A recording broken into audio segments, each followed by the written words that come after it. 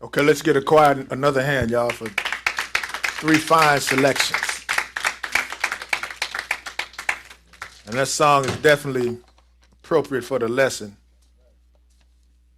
Praise to the Most High God, Abraham, Isaac, and Jacob. Peace to everyone that's here today in the name of Jesus. Peace to everyone that's watching us live on the internet and listening on the phone lines. And as always, it's good to stand before you on the Lord's high Sabbath day. And this is one of the days the Lord commanded us to keep, just like all the other high days in Leviticus 23. And we're going to get some understanding about this Feast of Unleavened Bread, because it all started off with the Passover, which we kept on Wednesday. And the Bible instructs us that on the 15th day of the same month of Abib, you're going to have a Feast of Unleavened Bread unto the Lord.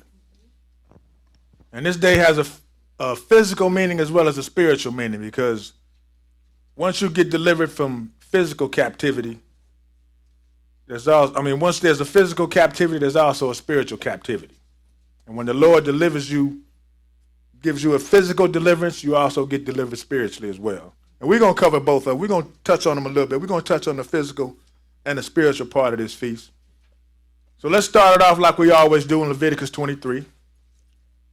Leviticus chapter 23. And if you call yourself a Christian, which most people claim they are, then you should be observing this high day as well. But we know the world at large, they could care less about these days. That's important to God.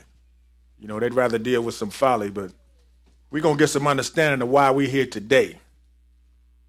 Leviticus 23. Leviticus 23, we're going to pick it up at verse 1. Okay, read. And the Lord spake unto Moses, saying, Speak unto the children of Israel, and say unto them concerning the feast of the Lord. So we always have to point this out every time we read this chapter, that these are the feasts of the Lord. We got to keep reminding everyone that these are the feasts of the Lord. Go ahead. Which ye shall proclaim to be holy convocations. And the holy convocations are holy gatherings, which is why we're here today. We're having a holy gathering. Go ahead. Even these are my feasts. 6 days shall work be done, but the seventh day is the Sabbath of rest and holy convocation. Ye shall do no work therein. It is the Sabbath of the Lord in all your dwellings. So we'll always kick it off with the Sabbath day. Let you know the weekly Sabbath is also the Sabbath of the Lord. Go ahead. These are the feasts of the Lord, even holy convocations, which ye shall proclaim in their seasons. And these feasts are proclaimed in their season. And this is the season for unleavened bread right here. Go ahead. In the 14th day of the first month at even is the Lord's Passover. And that's what starts it off, the Lord's Passover. Putting yourself under that blood. That's what starts it off. And then you have to keep your garments white once you're under that blood. But the Feast of Unleavened Bread represents you being straight for 7 days during this feast. But you have to continue this throughout your life. But go ahead. And on the 15th day of the same month is the Feast of Unleavened Bread unto the Lord. So the 15th day of the same month, which is today, is the Feast of Unleavened Bread unto the Lord. This is why we're here keeping this feast. It's for the Lord. Go ahead. 7 days ye must eat unleavened bread. So 7 days we must eat unleavened bread. 7 days. So you got to get all the bread out your house. And the cakes too, because like Bowie said this morning, the cakes are nothing but sweet bread. And the cookies, anything with leavening in it, bread-wise, you got to get it out your house. And you have to eat unleavened bread for 7 days. And it started with the Passover. Go ahead. In the first day ye shall have an holy convocation. Ye shall do no servile work therein. So the first day, which is today, you're supposed to have a holy gathering. This is a high Sabbath day. You shall do no servile work therein. Go ahead. But ye shall offer an offering made by fire unto the Lord 7 days. In the seventh day is an holy convocation. Ye shall do no servile work therein. So the 7 days of holy convocation as well. We're going to observe that as well. So no servile work, meaning you can't go out. You're not supposed to work today. Only work you're supposed to do is pertaining to the feast. And you can cook on this day because you can cook because it's all pertaining to the feast. You just can't do any servile work. And let's look at this feast. Go to Exodus 12 to show you when it started off. Because the Lord instituted the Passover in the beginning, right before he sprung Israel out of captivity. They had to get under the blood first. Otherwise, he was going to kill them. So they killed the lamb. Well, we're going to read it. Exodus 12 and verse 1. Go ahead. And the Lord spake unto Moses and Aaron in the land of Egypt, saying, This month shall be unto you the beginning of months. It shall be the first month of the year to you. Speak ye unto all the congregation of Israel, saying, In the 10th day of this month they shall take to them every man a lamb, according to the house of their fathers, a lamb for an house. Now, I know we read this. This is all pertaining to the Passover, but unleavened bread starts with the Passover, so we have to do this. This is just a refresher. Go ahead. And if the household be too little for the lamb, let him and his neighbor next unto his house take it according to the number of the souls. Every man according to his eating shall make your count for the lamb. Your lamb shall be without blemish, a male of the first year. Ye shall take it out from the sheep or from the goats, and ye shall keep it up until the 14th day of the same month. And the whole assembly of the congregation of Israel shall kill it in the evening. So you keep this lamb until the 14th day, and then you kill it. Go ahead. And they shall take of the blood, and strike it on the two side posts, and on the upper door posts of the houses, wherein they shall eat it. And you take the blood and you strike it on the two side posts and the upper door posts, where you eating the Passover. Go ahead. And they shall eat the flesh in that night, roast with fire and unleavened bread, and with bitter herbs they shall eat it. So you eat the flesh. You eat that lamb roasted with fire with unleavened bread. And bitter herbs, you're going to eat it. Go ahead. Eat not of it raw, nor sodden at all with water, but roast with fire, his head with his legs, and with the purtenance thereof. And ye shall let nothing of it remain until the morning, and that which remaineth of it until the morning ye shall burn with fire. So whatever's left over, you got to burn it up. But you can have nothing of this lamb left over. Nothing. It all has to be gone. Just like Jesus. When he went in that tomb, when he came out, all of them was gone. There was nothing left. Because this lamb represents Jesus. That's why they had to burn. Whatever's left over, burn it up. Get rid of it. You can't have nothing left. Keep reading. And thus shall you eat it, with your loins girded, your shoes on your feet, and your staff in your hand. And ye shall eat it in haste. It is the Lord's Passover. So it's the Lord's Passover. Go ahead. For I will pass through the land of Egypt this night, and will smite all the firstborn in the land of Egypt, both man and beast. And against all the gods of Egypt I will execute judgment. I am the Lord. So the Lord said, I'm going to pass through Egypt tonight, and I'm going to do a lot of killing. Human beings and animals. But if I see the blood, I'm not going to kill you. So your best bet is to put yourself under that blood. Put that blood on your doorpost. Because if I see it, well, we're going to read it. Go ahead. And the blood shall be to you for a token upon the houses where ye are. And when I see the blood, I will pass over you. And the plague shall not be upon you to destroy you when I smite the land of Egypt. So you're supposed to stay in the house. Because that blood was your protection. Go ahead. And this day shall be unto you for a memorial, and you shall keep it a feast to the Lord throughout your generations.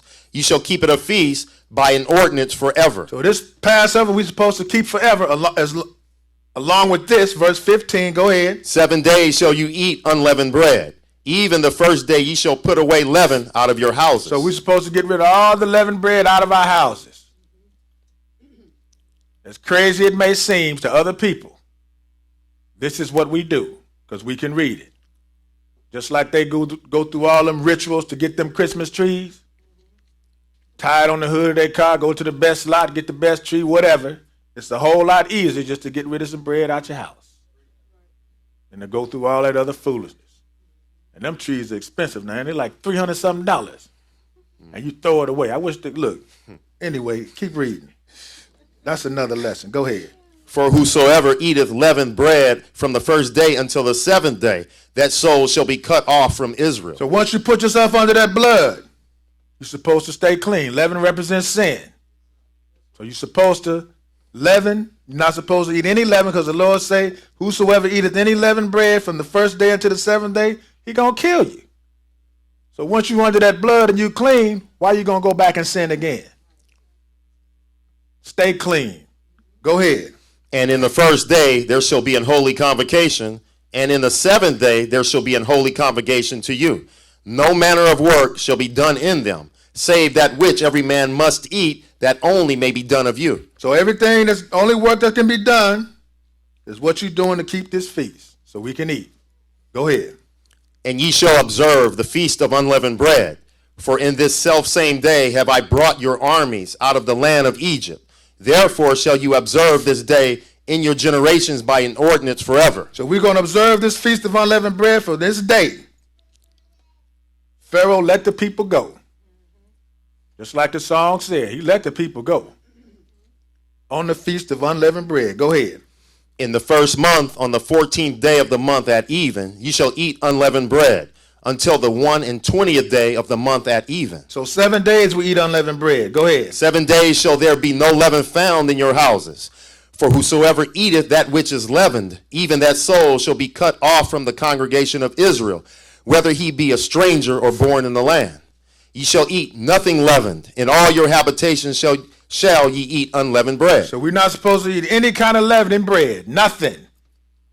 The leavening agents are cool. Baking soda is just baking soda. But once you put it in some flour and start mixing it up, now you got you some leavening.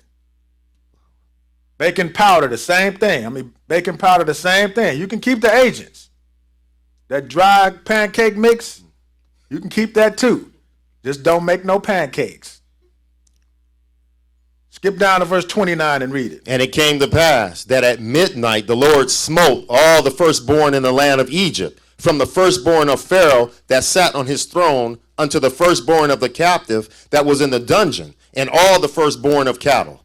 And Pharaoh rose up in the night, he and all his servants, and all the Egyptians. And there was a great cry in Egypt, for there was not a house where there was not one dead. That had to be something, boy. There was somebody dead in everybody's house.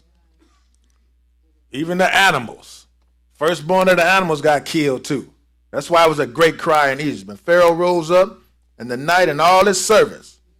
Go ahead. And he called for Moses and Aaron by night and said, And he called for Moses and Aaron by night. And what did he tell them? Rise up and get you forth from among my people. Get away from me, man. Get out of here. Go ahead. Both ye and the children of Israel, and go and serve the Lord as you have said.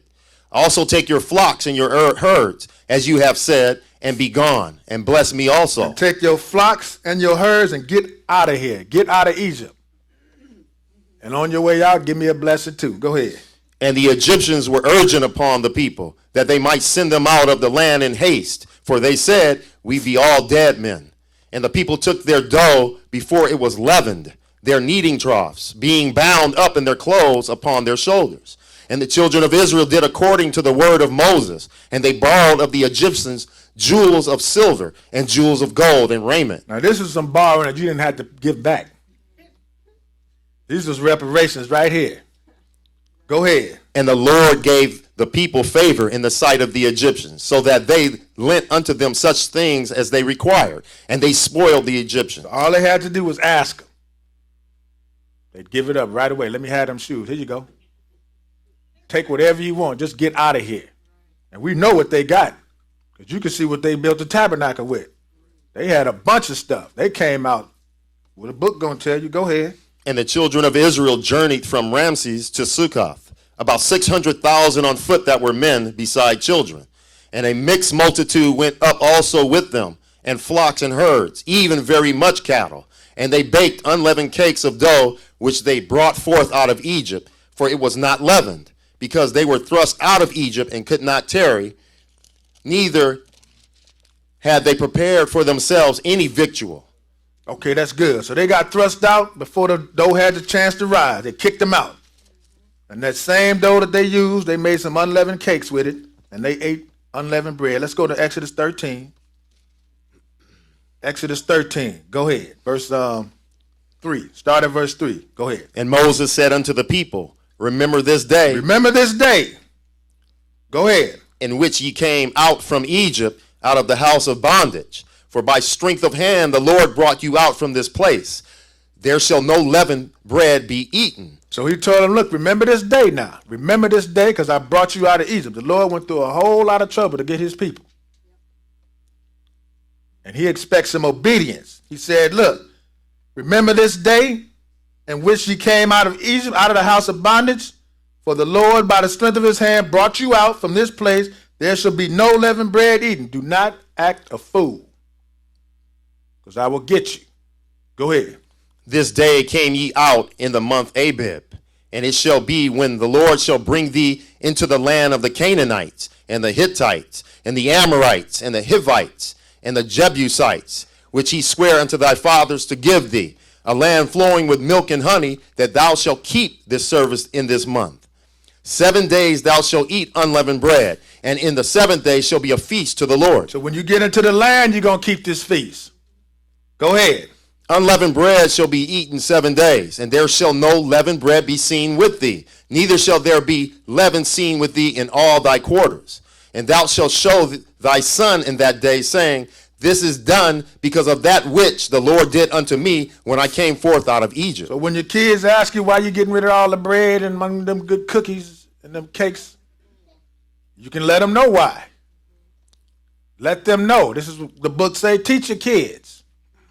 We used to teach them about Christmas and all that other foolishness. Now teach them some truth. Go ahead. And it shall be for a sign unto thee upon thine hand, and for a memorial between thine eyes, that the Lord's law may be in thy mouth. For with a strong hand hath the Lord brought thee out of Egypt. So this is going to be a sign for you and a memorial that the Lord's law may be in your mouth. For with a strong hand hath the Lord brought thee out of Egypt. Go ahead. Thou shalt therefore keep this ordinance in his season from year to year. Thou shalt therefore keep this ordinance, this feast, in its season from year to year. Skip down to verse 17 and read it. And it came to pass, when Pharaoh had let the people go, that God led them not through the way of the land of the Philistines, although that was near. For God said, lest peradventure the people repent when they see war, and they return to Egypt. But God led the people about through the way of the wilderness of the Red Sea.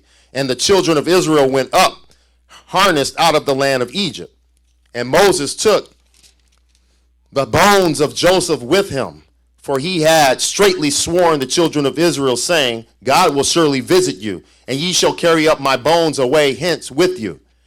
And they took their journey from Succoth, and encamped in Etham, in the edge of the wilderness. And the Lord went before them by day in a pillar of cloud, to lead them by the way, and by night in a pillar of fire, to give them light, to go by day and night. He took not away the pillar of the cloud by day, nor the pillar of fire by night from before the people. So the Lord was leading Israel in the wilderness by a pillar of a cloud and a pillar of fire. Let's go right into Exodus 14. Go ahead. And the Lord spake unto Moses, saying, speak unto the children of Israel, that they turn and encamp before Pahathroth, between Migdol and the sea, over against Baalzephon, before it shall ye encamp by the sea. For Pharaoh will say of the children of Israel, they are entangled in the land. The wilderness had shut them in. So now the Lord led the children of Israel right by the sea, because he still got some work to do on Pharaoh. Even though they was physically released, he got to get rid of all the people that led them captive, that held them in captivity, just like he going to do us when he come back. He going to take the nations down and get his people and bring them back. This is just a little small portion of how he going to do the whole world. Verse 4, read it. And I will harden Pharaoh's heart, that he shall follow after them. And I will be honored upon Pharaoh and upon all his hosts, that the Egyptians may know that I am the Lord. And they did so. So he said, I'm going to harden Pharaoh's heart, so he's going to come and chase you to try to bring you back. And let's look at it. Skip down to verse 8. Go ahead. And the Lord hardened the heart of Pharaoh, king of Egypt, and he pursued after the children of Israel. And the children of Israel went out with a high hand, but the Egyptians pursued after them, all the horses and chariots of Pharaoh, and his horsemen and his army, and overtook them encamping by the sea, beside Pi-hahiroth, before Baal-zephon. And when Pharaoh drew nigh, the children of Israel lifted up their eyes, and behold, the Egyptians marched after them, and they were sore afraid. And the children of Israel cried out unto the Lord. And they said unto Moses, because there were no graves in Egypt, hast thou taken us away to die in the wilderness? Wherefore hast thou dealt thus with us, to carry us forth out of Egypt? Is not this the word that we did tell thee in Egypt, saying, let us alone, that we may serve the Egyptians? For it had been better for us to serve the Egyptians than that we should die in the wilderness. And that's Israel, boy. Rather be a slave than free in the wilderness. Man, let's go to, let's keep reading, I'm sorry. And Moses said unto the people, fear ye not, stand still and see the salvation of the Lord, which he will show to you today. For the Egyptians whom you have seen today, ye shall see them again no more forever. So he told the people, stand still. In other words, shut up and see the salvation of the Lord. For these Egyptians you see today, you ain't going to see them no more. Go ahead. The Lord shall fight for you, and ye shall hold your peace. So the Lord is going to fight for you. Now shut up. Go ahead. And the Lord said unto Moses, wherefore criest thou unto me? Speak unto the children of Israel that they go forward. But lift thou up thy rod, and stretch out thine hand over the sea, and divide it. And the children of Israel shall go on dry ground through the midst of the sea. So he told them, stretch forth your rod, and the sea is going to split. And they're going to go forth on dry ground. Go ahead. And I, behold, I will harden the hearts of the Egyptians, that they shall follow them. And I will get me honor upon Pharaoh, and upon all his hosts, upon his chariots, and upon his horsemen. So you know the Lord had to be working on these cats, because after all them plagues that came through, and now they seeing this sea split, you got to be stupid to follow this. But it's the Lord working this. He hardened their heart. Go ahead. And the Egyptians shall know that I am the Lord, when I have gotten me honor upon Pharaoh, upon his chariots, and upon his horsemen. And the angel of God, which went before the camp of Israel, removed and went behind them. And the pillar of the cloud went from before their face, and stood behind them. And it came between the camp of the Egyptians and the camp of Israel. And it was a cloud and darkness to them, but it gave light by night to these, so that the one came not near the other all the night. And Moses stretched out his hand over the sea, and the Lord caused the sea to go back by a strong east wind all that night, and made the sea dry land, and the waters were divided. And the children of Israel went into the midst of the sea upon the dry ground, and the waters were a wall unto them on the right hand and on their left. And the Egyptians pursued, and went in after them to the midst of the sea, even all Pharaoh's horses, his chariots, and his horsemen. So once that sea split, they started walking through dry land, getting across on the other side. And the Egyptians pursued them, just like the Lord said. He said, I'm going to harden their heart, and they're going to come after you. Go ahead. And it came to pass that in the morning watch the Lord looked unto the host of the Egyptians through the pillar of fire and of the cloud, and troubled the host of the Egyptians, and took off their chariot wheels, that they drave them heavily, so that the Egyptians said, let us flee from the face of Israel, for the Lord fighteth for them against the Egyptians. So he did something practical. He slowed them down by what? Giving them some flat tires. That's all he did, and slowed them down. And they started to thinking, hey, how is this happening? We got to get out of here. The Lord is fighting for these people. But it's too late. You done got the point of no return. You deep in some water now. It's over with. Go ahead. And the Lord said unto Moses, stretch out thine hand over the sea, that the waters may come again upon the Egyptians, upon their chariots, and upon their horsemen. And Moses stretched forth his hand over the sea, and the sea returned to his strength when the morning appeared. And the Egyptians fled against it, and the Lord overthrew the Egyptians in the midst of the sea. And the waters returned and covered the chariots and the horsemen and all the host of Pharaoh that came into the sea after them. There remained not so much as one of them. But the children of Israel walked upon dry land in the midst of the sea, and the waters were a wall unto them on their right hand and on the left. Thus the Lord saved Israel that day out of the hand of the Egyptians. And Israel saw the Egyptians dead upon the seashore.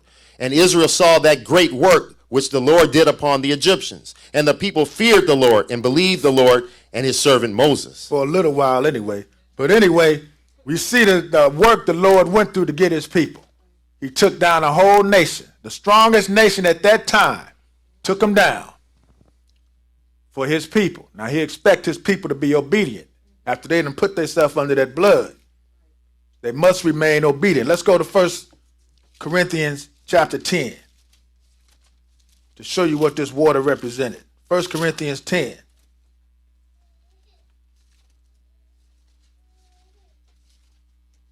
First Corinthians 10,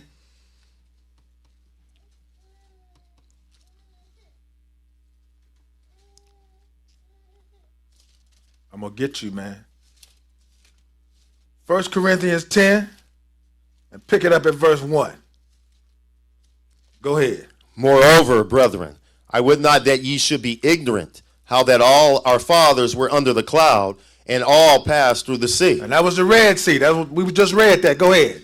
And were all baptized unto Moses in the cloud and in the sea. And they were all baptized under Moses. They put themselves under that blood. Go ahead. And did all eat the same spiritual meat, and did all drink the same spiritual drink. For they drank of that spiritual rock that followed them, and that rock was Christ. So that was a spiritual baptism right there. When they passed through the Red Sea, they physically put themselves under the blood with that lamb, and they spiritually got baptized when they went through the Red Sea.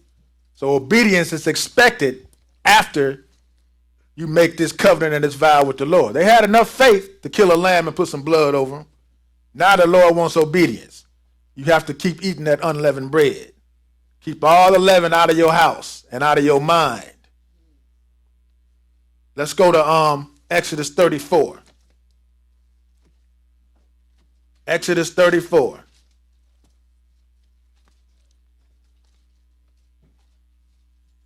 We're going to pick it up at verse 12. Go back to Exodus.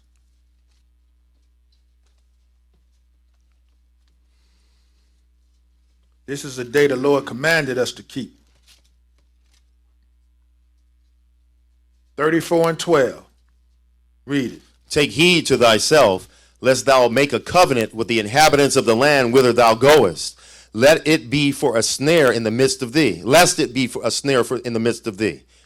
But ye shall destroy their altars, break their images, and cut down their groves. For thou shalt worship no other God.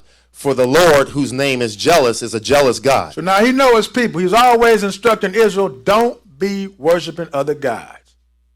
Because they was in captivity for 400 years. And when you in another captivity to another nation, you start taking on some of that nation's characteristics. You start acting like them. You start talking like them. And you start worshiping they gods. And Egypt had a lot of gods. That's why the Lord said, look, when you get into this land, take heed. Don't make a covenant with these people. Destroy everything. Break their images, their altars, their groves. Cut them down. For the Lord is a jealous God, and his name is jealous. That's one of God's names as well. He's jealous. And when he gets jealous, he likes to kill people. Verse 15, go ahead. Lest thou make a covenant with the inhabitants of the land, and they go a-whoring after their gods, and do sacrifice unto their gods. And one call thee, and thou eat of his sacrifice. And thou take of their daughters unto thy sons, and their daughters go a-whoring after their gods. And make thy sons go a-whoring after their gods. Thou shalt make thee no molten gods. The feast of unleavened bread shalt thou keep. 7 days thou shalt eat unleavened bread, as I commanded thee, in the time of the month of Abib. For in the month of Abib thou camest out from Egypt. So after he went through the commandments not to tell them not to worship other gods, he went right into the feast of unleavened bread to tell you, look, keep eating that unleavened bread. Because worshiping these false gods, that's leaven. That is sin, and it will get you cut off. Keep reading. That's it. Okay, then. Let's go to Exodus 32. Flip back to Exodus 32. And pick it up at verse 12. 32 and 12. Read it. Wherefore should the Egyptians speak and say, for mischief did he bring them out, to slay them in the mountains, and to consume them from the face of the earth. Turn from thy fierce wrath, and repent of this evil against thy people. That's a typo. I meant 31. But that was good reading anyway. 31. Exodus 31 and verse 12. Go ahead. And the Lord spake unto Moses, saying, speak thou also unto the children of Israel, saying, verily my Sabbaths ye shall keep. So he says Sabbath. Verily my Sabbath you shall keep. That's plural. We got the weekly Sabbath and we got the high Sabbath. Verily my Sabbath you shall keep. Why?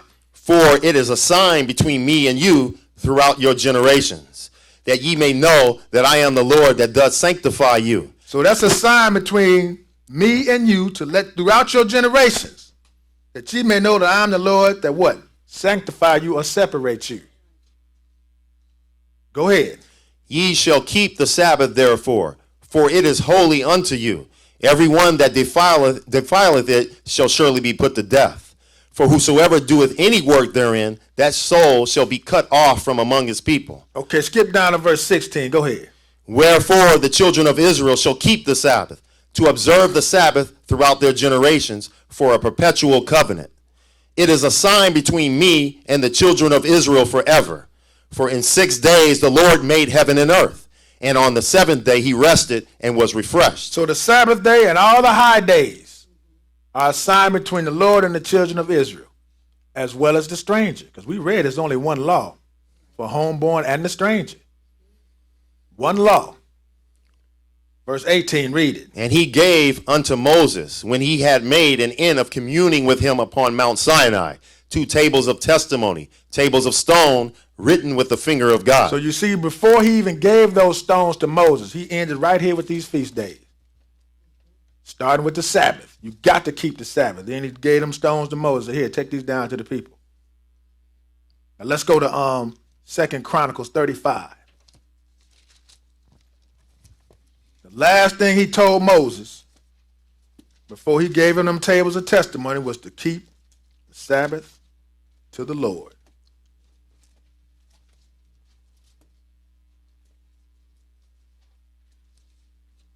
I mean, he could have said anything else, but he made sure he mentioned the Sabbath. That's how important it is. But people have belittled that. Well, that's just, the Sabbath is a sign between the Israelis or the Jews. We do Sunday. Okay. Sunday gonna get you cut off. What I say, Chronicles? Second Chronicles? 35, verse 1. Go ahead. Moreover, Josiah kept the Passover unto the Lord in Jerusalem. Now this is Josiah. Now he was a good king. He getting ready to keep this Passover in Jerusalem. Go ahead. And they killed the Passover on the 14th day of the first month. And he set the priests in their charges and encouraged them to the service of the house of the Lord. And said unto the Levites that taught all Israel, which were holy unto the Lord, put the holy ark in the house which Solomon the son of David, king of Israel, did build.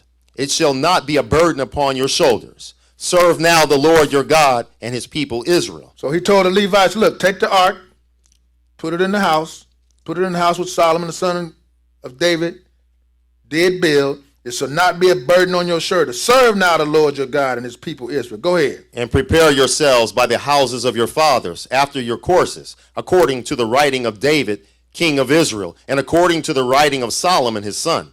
And stand in the holy place according to the divisions of the families of the fathers of your brethren, the people, and after the division of the families of the Levites. So now Josiah's trying to get the Levites in order. Look, he told them, look, stand in your divisions like you're supposed to. After the divisions of the families of the Levites, now do this. Go ahead. So kill the Passover and sanctify yourselves and prepare your brethren, that they may do according to the word of the Lord by the hand of Moses. So they had gotten out of pocket for a while. That's why when they read that book of the law, hey, it's time to clean house now. So now they're getting ready to do this Passover. So kill the Passover, sanctify yourselves, prepare your brethren, that they may do according to the word of the Lord by the hand of Moses. Go ahead. And Josiah gave to the people of the flock lambs and kids, all for the Passover offerings, for all that were present, to the number of 30,000, and 3,000 bullocks. These were of the king's substance. And his princes gave willingly unto the people, to the priests, and to the Levites. Hilkiah and Zechariah and Jehiel, rulers of the house of God, gave unto the priests for the Passover offerings 2,600 small cattle and 300 oxen. Keep reading. That's a typo. Keep reading. Conaniah also, and Shemaiah, and Nethaneel, his brethren, and Hashabiah, and Jael, and Jozabad, chief of the Levites, gave unto the Levites for Passover offerings 5,000 small cattle and 500 oxen. So you can imagine what's going down right now. This is a mass Passover. Go ahead. So the service was prepared, and the priests stood in their place, and the Levites in their courses, according to the king's commandment. And they killed the Passover, and the priests sprinkled the blood from their hands, and the Levites flayed them. And they removed the burnt offerings, that they might give according to the divisions of the families of the people, to offer unto the Lord, as it is written in the book of Moses. And so did they with the oxen. Okay, skip down to verse 16 and read it. So all the service of the Lord was prepared the same day, to keep the Passover, and to offer burnt offerings upon the altar of the Lord, according to the commandment of King Josiah. And the children of Israel that were present kept the Passover at that time, and the feast of unleavened bread 7 days. So they kept the Passover and the feast of unleavened bread for how many days? 7 days, verse 18. And there was no Passover like that kept in Israel from the days of Samuel the prophet.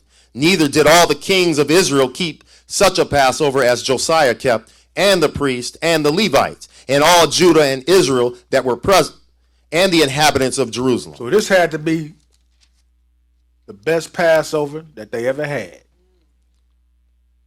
And they kept the Feast of Unleavened Bread as well, because the Passover is the one that kicks it off. Go to Matthew 16. Matthew 16. And that's why we're here keeping this feast. Plenty of other things we've been doing. Y'all could be out there working. Some of y'all are working, but that's all right. Lord will deal with you. Matthew 16.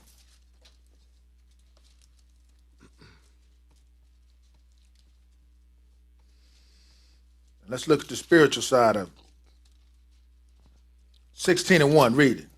The Pharisees also with the Sadducees came, tempting desired him that he would show them a sign from heaven. So now the Pharisees and Sadducees, they was always messing with Jesus.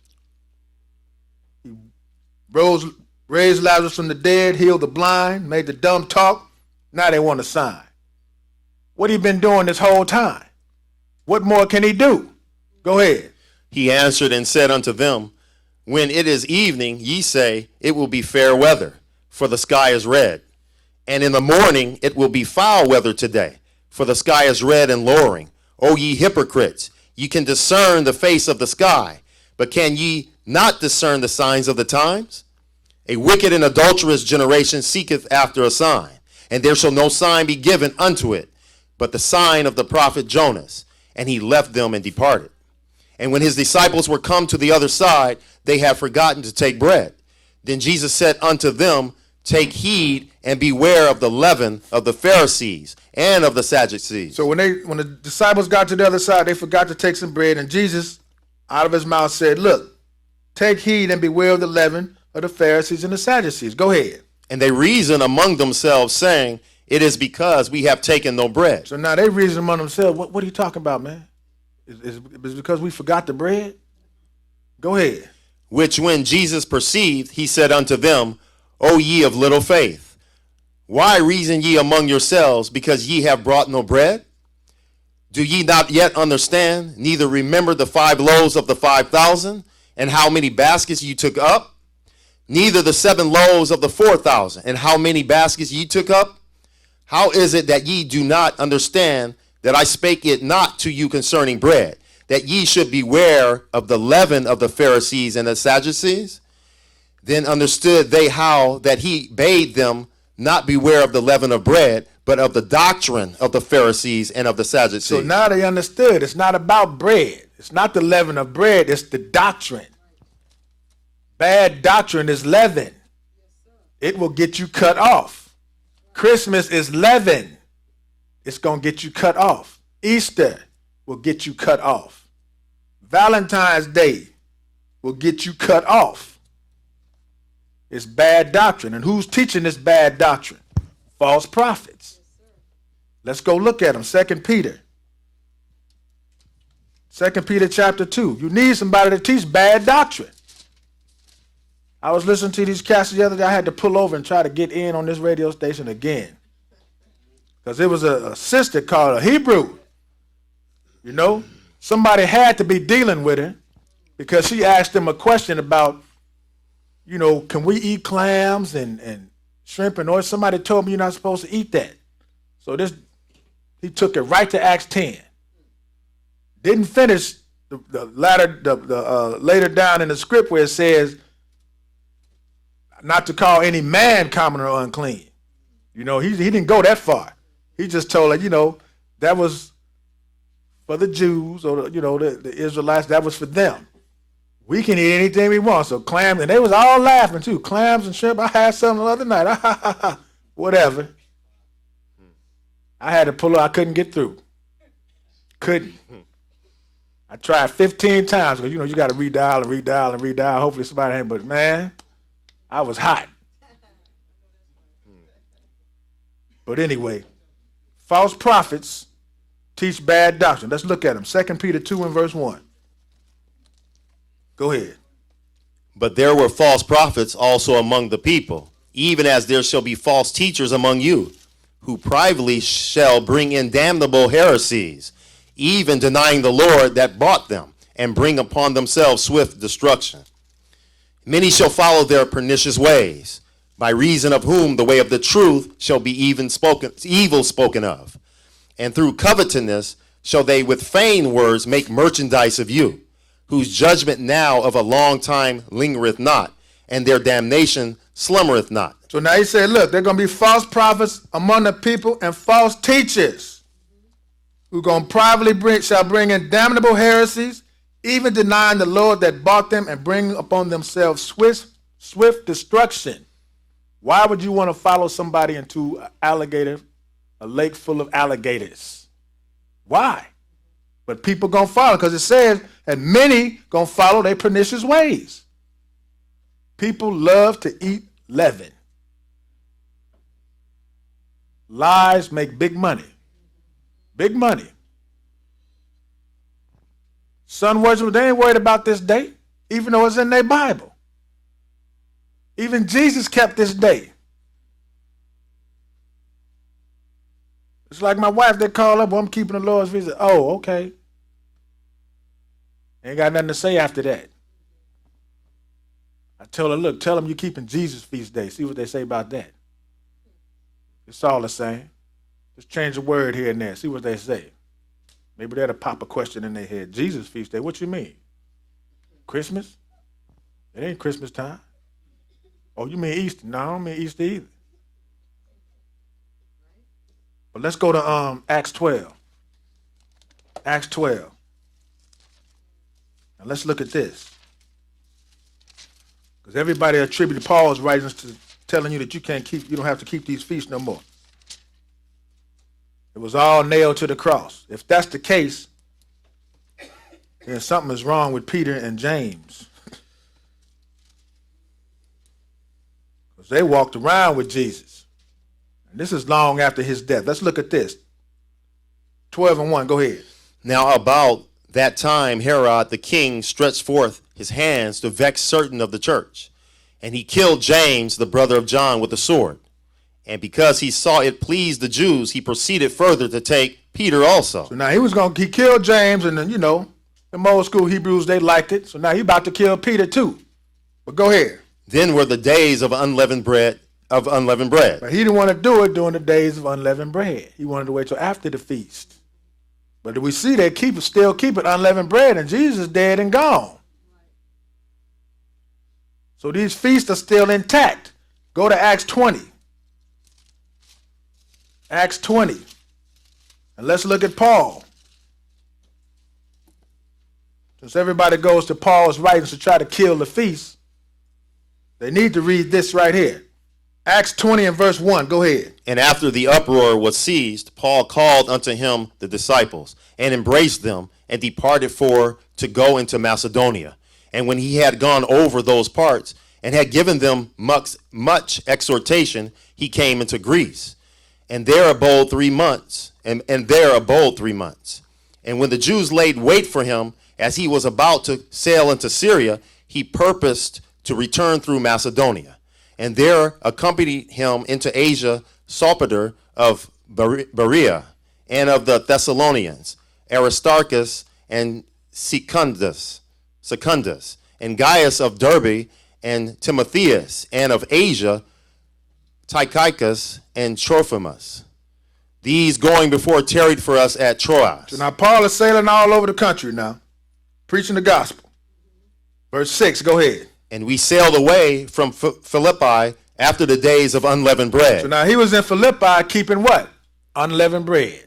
So wherever Paul was at, if he couldn't get back to Jerusalem, he kept the feast wherever he was. Skip down to verse 13 and read it. Let's see what he also kept. Go ahead.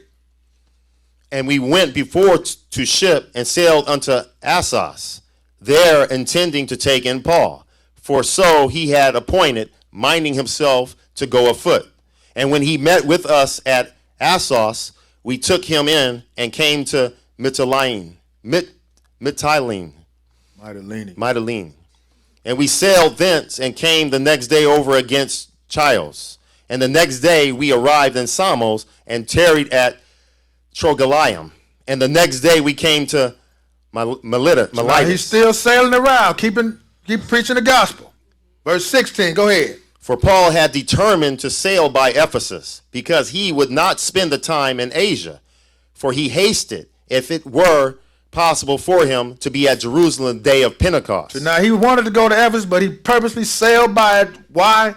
Because he was trying to get back to Jerusalem to keep Pentecost.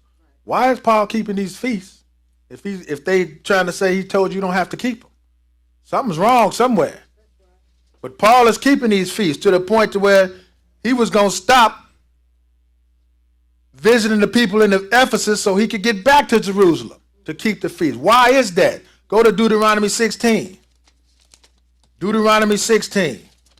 So we see Paul keeping unleavened bread, Pentecost, and we can also read where he was keeping atonement. So don't let nobody tell you don't have to keep these feasts.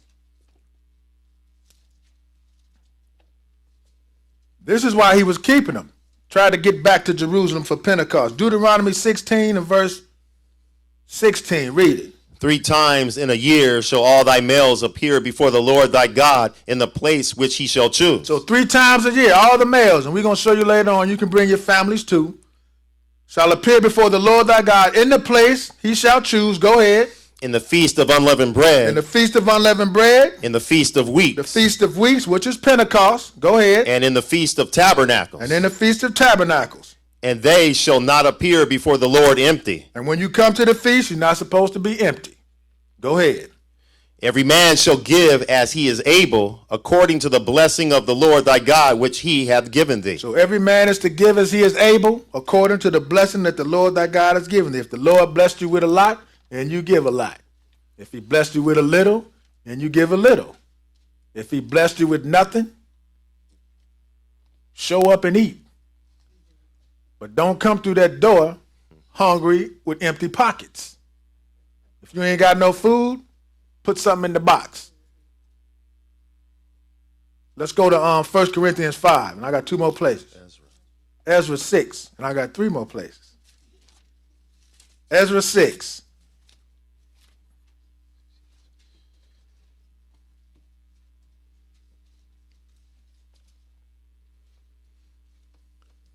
Ezra 6, and pick it up at verse 16. So just because you're in captivity, that don't mean you can't keep this feast. You can keep it. You keep it the best way you can. But don't just throw it out the window.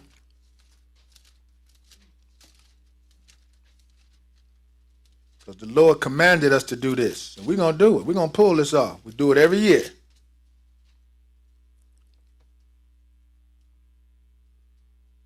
Ezra 6 and verse 6. Go ahead. 16.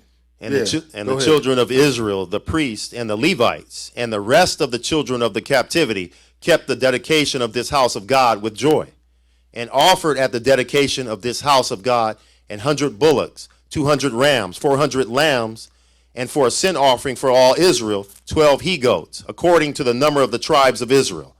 And they set the priests in their divisions, and the Levites in their courses, for the service of God, which is at Jerusalem, as it is written in the book of Moses. And the children of the captivity kept the Passover upon the 14th day of the first month. So the children of the captivity kept the Passover on the 14th day of the first month, just like we did on Wednesday. Are we not the children of the captivity? We kept that Passover. Go ahead. For the priests and the Levites were purified together, all of them were pure, and killed the Passover for all the children of the captivity, and for their brethren the priests, and for themselves. And the children of Israel, which were come again out of captivity, and all such as had separated themselves unto them from the filthiness of the heathen of the land, to seek the Lord God of Israel, did eat. And that's what we're doing. We are separating ourselves from all that filthiness out there and keeping this feast. Because you can look out the window, business as usual for everybody else. Could care less about this day. Go ahead. And kept the feast of unleavened bread 7 days with joy. And they kept the feast of unleavened bread 7 days with joy. They was real happy. They was happy to keep this feast. Go ahead. For the Lord had made them joyful, and turned the heart of the king of Assyria unto them, to strengthen their hands in the work of the house of God, the God of Israel. So he even worked on the Assyrian, and they gave him some help.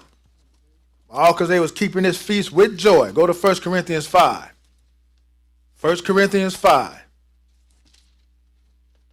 And it's not hard to keep this feast. You just got to want to do it. It's hard to keep Christmas. That's nothing but a headache.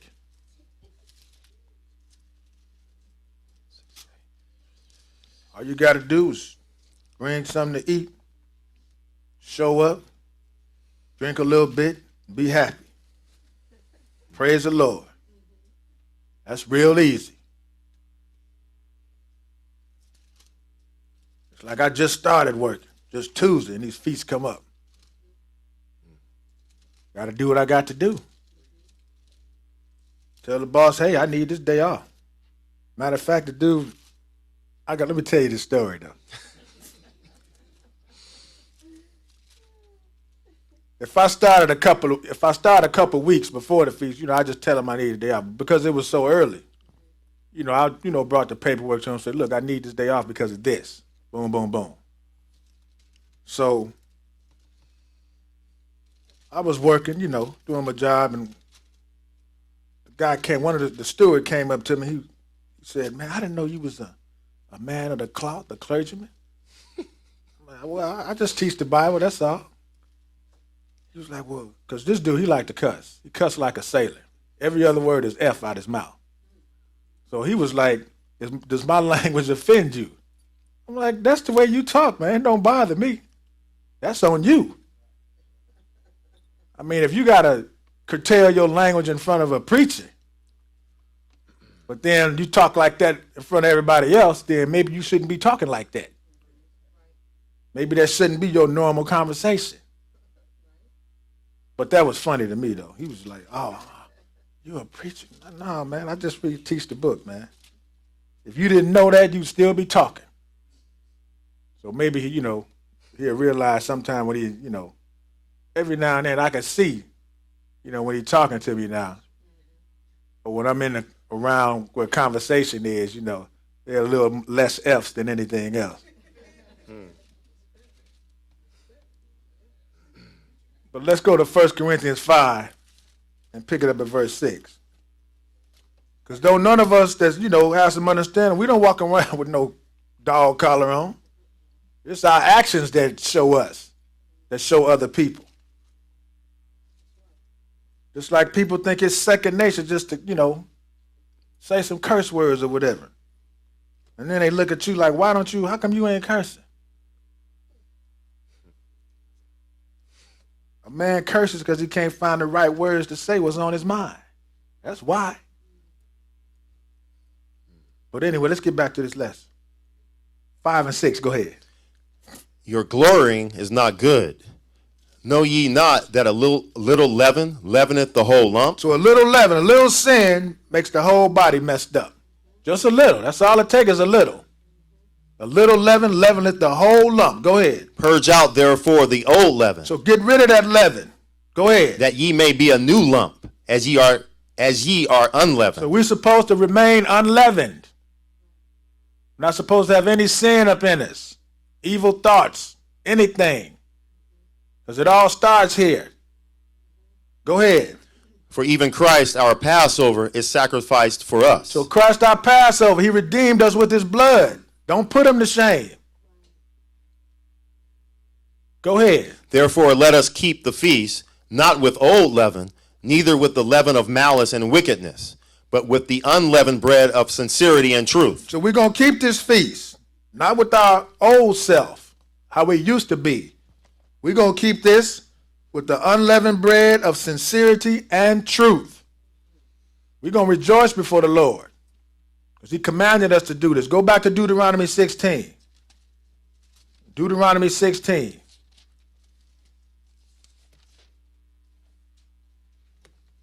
The Lord show you how to have a good time. He provided the best wine at that wedding. And you can imagine, that was a miracle right there. And I'm quite sure, they say, what do they say? The older the wine is, the better it tastes. I'm quite sure this was some real old wine.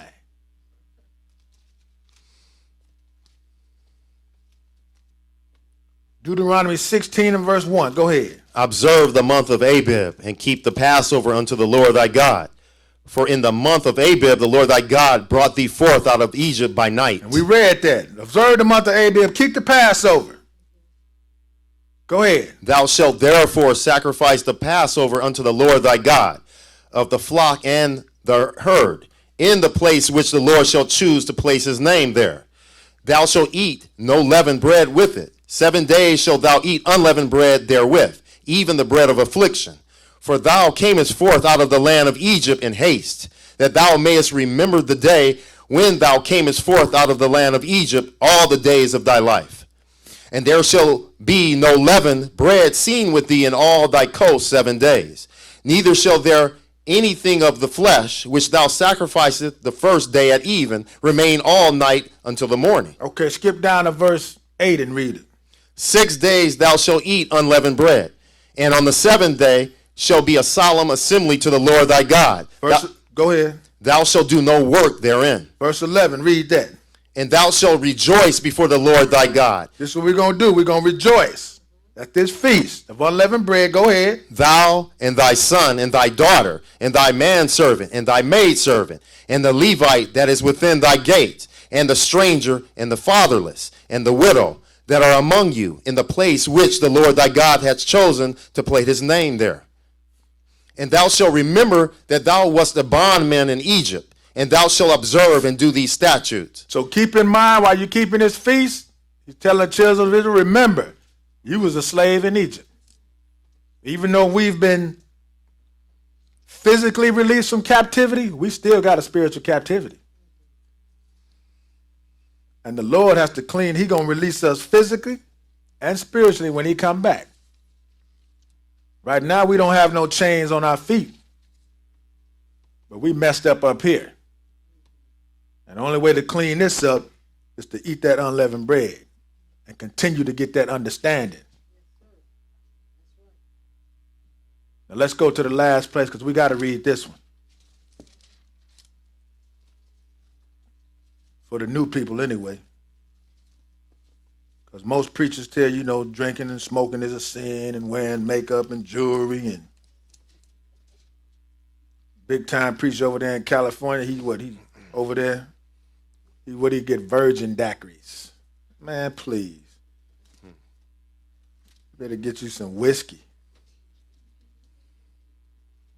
What's a virgin daiquiri anyway? Deuteronomy 14, verse 22, read it. Thou shalt truly tithe all the increase of thy seed, that the field bringeth forth year by year. Now this is the yearly tithe. Like we read in Deuteronomy 16, what the Lord has blessed you with, contribute. Go ahead. And thou shalt eat before the Lord thy God, in the place which he shall choose to place his name there, the tithe of thy corn, and of thy wine, and of thine oil, and the firstlings of thy herds, and of thy flocks. So you're supposed to tithe of the oil, the wine, corn, firstlings of your herds and your flocks. Go ahead. That thou mayest learn to fear the Lord thy God always. And if the way be too long for thee, so that thou art not able to carry it, or if the place be too far from thee, which the Lord thy God shall choose to set his name there, when the Lord thy God has blessed thee, Then shalt thou turn it into money, and bind up the money in thine hand, and shall go unto the place which the Lord thy God shall choose. So sometime they would go, if they were coming to the place where the Lord chose the place his name that you couldn't carry your flocks, all that. Maybe all that corn and stuff was heavy. You couldn't make it there. Or if the way be too far, what did the Lord tell you to do? Turn it up, bind it into money, sell what you have, and go to the feast and do what? 26. And thou shalt bestow that money for whatsoever thy soul lusted after. So you go to the feast with your money, and you bestow that money for whatever your soul lusted after. Go ahead. For oxen. You want some oxtails? Get you some oxtails. Go ahead. Or for sheep. Or for sheep, you like lamb chops? Get you some lamb chops. Or for wine. Or for wine, the barefoot Merlot, or whatever it is, or whatever y'all drink. Ripple, Wild Irish Rose, I don't know, they still make that? Mad Dog 2020, whatever it is, go ahead. Or for strong drink. Or for strong drink. That's Patron Silver for me. Might be some whiskey for somebody else. Or some Hennessy. But keep reading. Or for whatsoever thy soul desireth. And thou shalt eat there before the Lord thy God. And thou shalt rejoice, thou and thine household. And that's what we're going to do. We're going to eat and rejoice before the Lord our God, because he commanded us to do this. And I hope you got some understanding in Jesus' name.